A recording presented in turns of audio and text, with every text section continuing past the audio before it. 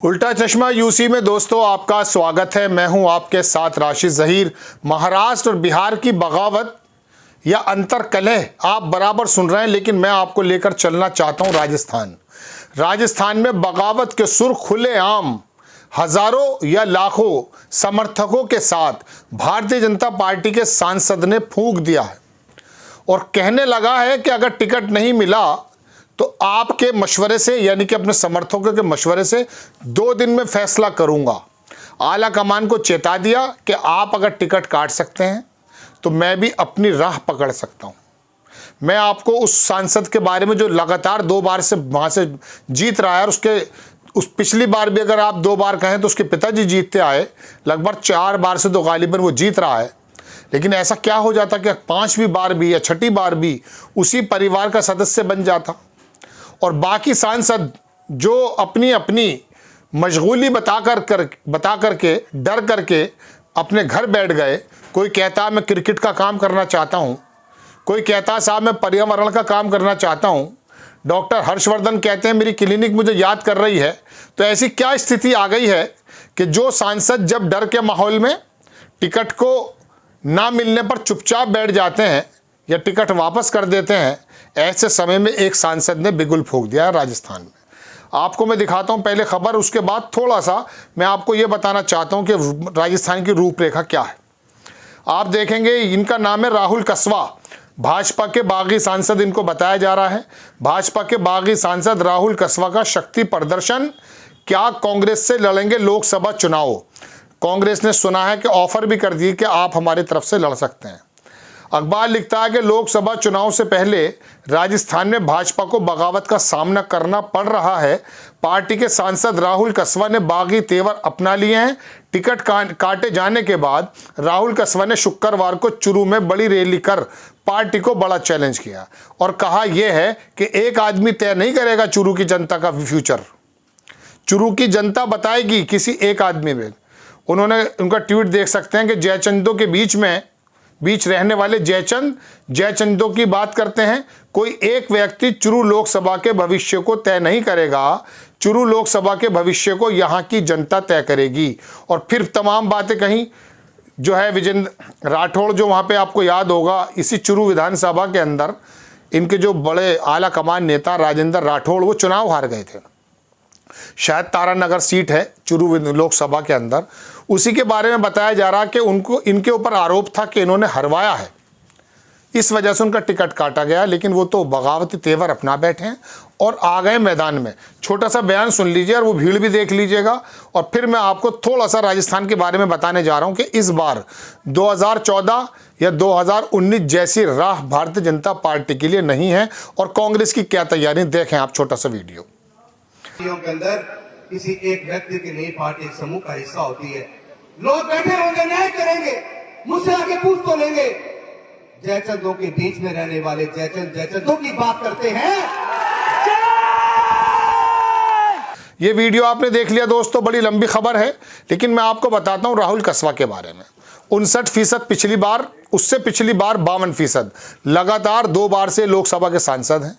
कोई जरूरत नहीं थी इनका टिकट काटने की, लेकिन इन्होंने कह दिया कि एक आदमी को अधिकार नहीं है टिकट काटने का, चुरू की जनता तय करेगी। अगर कांग्रेस में चले गए तो परेशानी हो जाएगी। दूसरी बात, आने वाले वक्त में जिन सांसदों का टिकट कटना है, अगर मैं राजस्थान की बात आपसे करूं, 15 लोगों का टिकट उन्होंने फाइनल किया है, जिसमें राहुल कस्वा भी थे। 10 सीटें बाकी और हैं, उसमें से 8 सीटों का तो टिकट कटना तय माना जा रहा है। राहुल कस्वा की इस बगावत से, इस वाले सुर से भारतीय जनता पार्टी थोड़ा सोच सकती है कि नहीं ऐसी बात नहीं है, थोड़ा रुकना पड़ेगा, लोगों की बातों को सुनना पड़ेगा, एक नज़र से देखना बंद करना पड़ेगा। तो ऐसा संभव है कि भविष्य में जो काटने की कैंची लेकर चल रहा है भारतीय जनता पार्टी और सोच रहे हैं कि मोदी जी के नाम पे 400 सीटें पार कर जाएंगे, राहुल कस्वा जैसे मैं कह सकता हूं कि किरदार वाले लोग जब सड़क पर उतर कर आके कहते हैं कि पार्टी के लिए हमने क्या नहीं किया, मोदी जी की कौन सी हमने जो है कह सकते हैं कि योजनाओं को ज़मीन पर नहीं उतारा है। अब मैं थोड़ा सा राजस्थान के बारे में दोस्तों आपको बताऊं। 25 सीटें वहाँ हैं, एक पिछली बार भी 24 सीटें लगातार 25 शून्य ही कह सकते हैं, क्योंकि आरएलपी जो है हनुमान बेनीवाल की, वो भी भारतीय जनता पार्टी का समर्थक हैं। 25 की 25 वो जीत जाते हैं, लेकिन इस बार हालात दूसरे हैं। कांग्रेस आई की तैयारी पूरी है। राहुल कसवा को भी अगर टिकट दे दिया गया तो ये सीट नुकसान में पड़ जाएगी, क्योंकि इनका वर्चस्व है कई नस्लों से वहां पर। भैरव सिंह शेखावत किसी ज़माने में इनके फादर को लेकर आए थे। लेकिन अब मैं बाकी जगह बात करता हूँ। अशोक गहलोत 3 मीटिंग कर चुके हैं, राजस्थान में एक्टिव हो चुके हैं, और 2-2.5 महीने पूरे शायद नहीं गुजरे राजस्थान में जो अशोक गहलोत को याद करना वहाँ लोगों ने शुरू कर दिया है।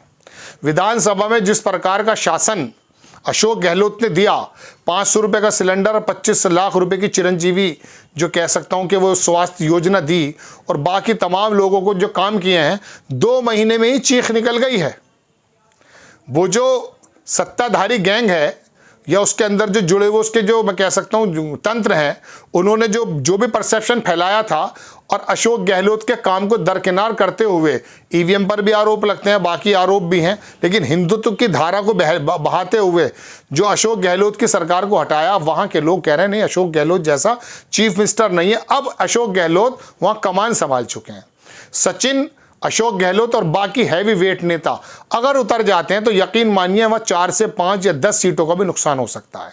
कांग्रेस आई को 70 सीटें विधानसभा की मिली हैं, 5 विधानसभा लगभग एक क्षेत्र में आती हैं। अगर इसी बात से आप अंदाज़ा करेंगे तो लगभग 12-14 सीट, 10-11 सीट तो लगभग मैं समझता हूं कांग्रेस की बनती हैं। लेकिन विधानसभा और लोकसभा अलग हैं, और लोकसभा के रिजल्ट मोदी जी ने बड़े अच्छे दिए हैं, खास करके हिंदी बेल्ट पर। राजस्थान उसमें अग्रिम है, गुजरात के साथ साथ यही आता है जहां 100% जो है सीट मिल जाती हैं। लेकिन इस बार टिकट कटने की बगावत, बिहार का मामला, महाराष्ट्र का मामला, और दूसरी बात कांग्रेस और अशोक गहलोत की कमान, मैं समझता हूं कि भारतीय जनता पार्टी को 4 से 5 या 8 या 10, मैं एग्जैक्टली नहीं कह सकता, 3 कम से कम बोल सकता हूं, और ज़्यादा से ज़्यादा 10-11 सीटों का नुकसान भारतीय जनता पार्टी को राजस्थान में हो सकता है। इस सांसद ने क्या किया है? इस सांसद ने आने वाले वक्त में जो टिकट काटने जा रही है भारतीय जनता पार्टी, उसको थोड़ा ब्रेक लगा दिए हैं। क्योंकि जब ज़मीर मर जाता है ना तो चुप हो जाते हैं, बहाने बनाने लगते हैं, क्योंकि मालूम है कि नए नए तंत्र आ जाएंगे और बर्बाद करके रख देंगे, तो जेल भी भेज देते हैं। हेमंत, वो जो सोरेन साहब हैं, शिबू सोरेन के बेटे, जेल पड़े हैं, मुख्यमंत्री को जेल भेज देते हैं। ये तंत्र पर, ईडी पर, सीबीआई पर जो भी इस तरह का शिकंजा है, आप देख सकते हैं कि इसके माध्यम से डराया भी जा रहा है और लालच भी दिया जा रहा है। मतलब कोई भी साम दाम दंड भेद, हमने मिसालें सुनी थी, लेकिन उसको चरितार्थ होते हुए अब देख रहे हैं कि किस प्रकार से डराया जा रहा है। लेकिन ऐसे ऐसे बाज़मीर नेता भी मौजूद हैं। उन्होंने कहा बताइए तो सही गलती कहाँ पर है। एक आदमी अगर तुम्हारा चुनाव हार गया है तो उसका ठीकरा मेरे सर पे डाला जाएगा। 6 सांसदों को उतारा था राजस्थान के अंदर, 3 सांसद हार चुके हैं विधानसभा।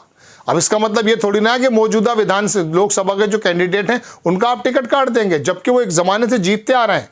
जीतने का मकसद यही तो है कि वहाँ के लोग उनको पसंद करते होंगे। बहरहाल बड़ी खबर कि राजस्थान के अंदर भी बगावत शुरू हो गई है और बिहार तो इनसे संभल नहीं रहा है। महाराष्ट्र के अंदर भी शिंदे साहब जो है उल्टे सीधी करमटे बदल रहे हैं, आपको मालूम है। बड़ी बगावत लोगों के सामने की जाए, 2 दिन में क्लियर हो जाएगा इंडिपेंडेंट लड़ने जा रहे हैं या कांग्रेस जो टिकट देने की ऑफर चल रही है कांग्रेस के टिकट पर लड़ रहे हैं।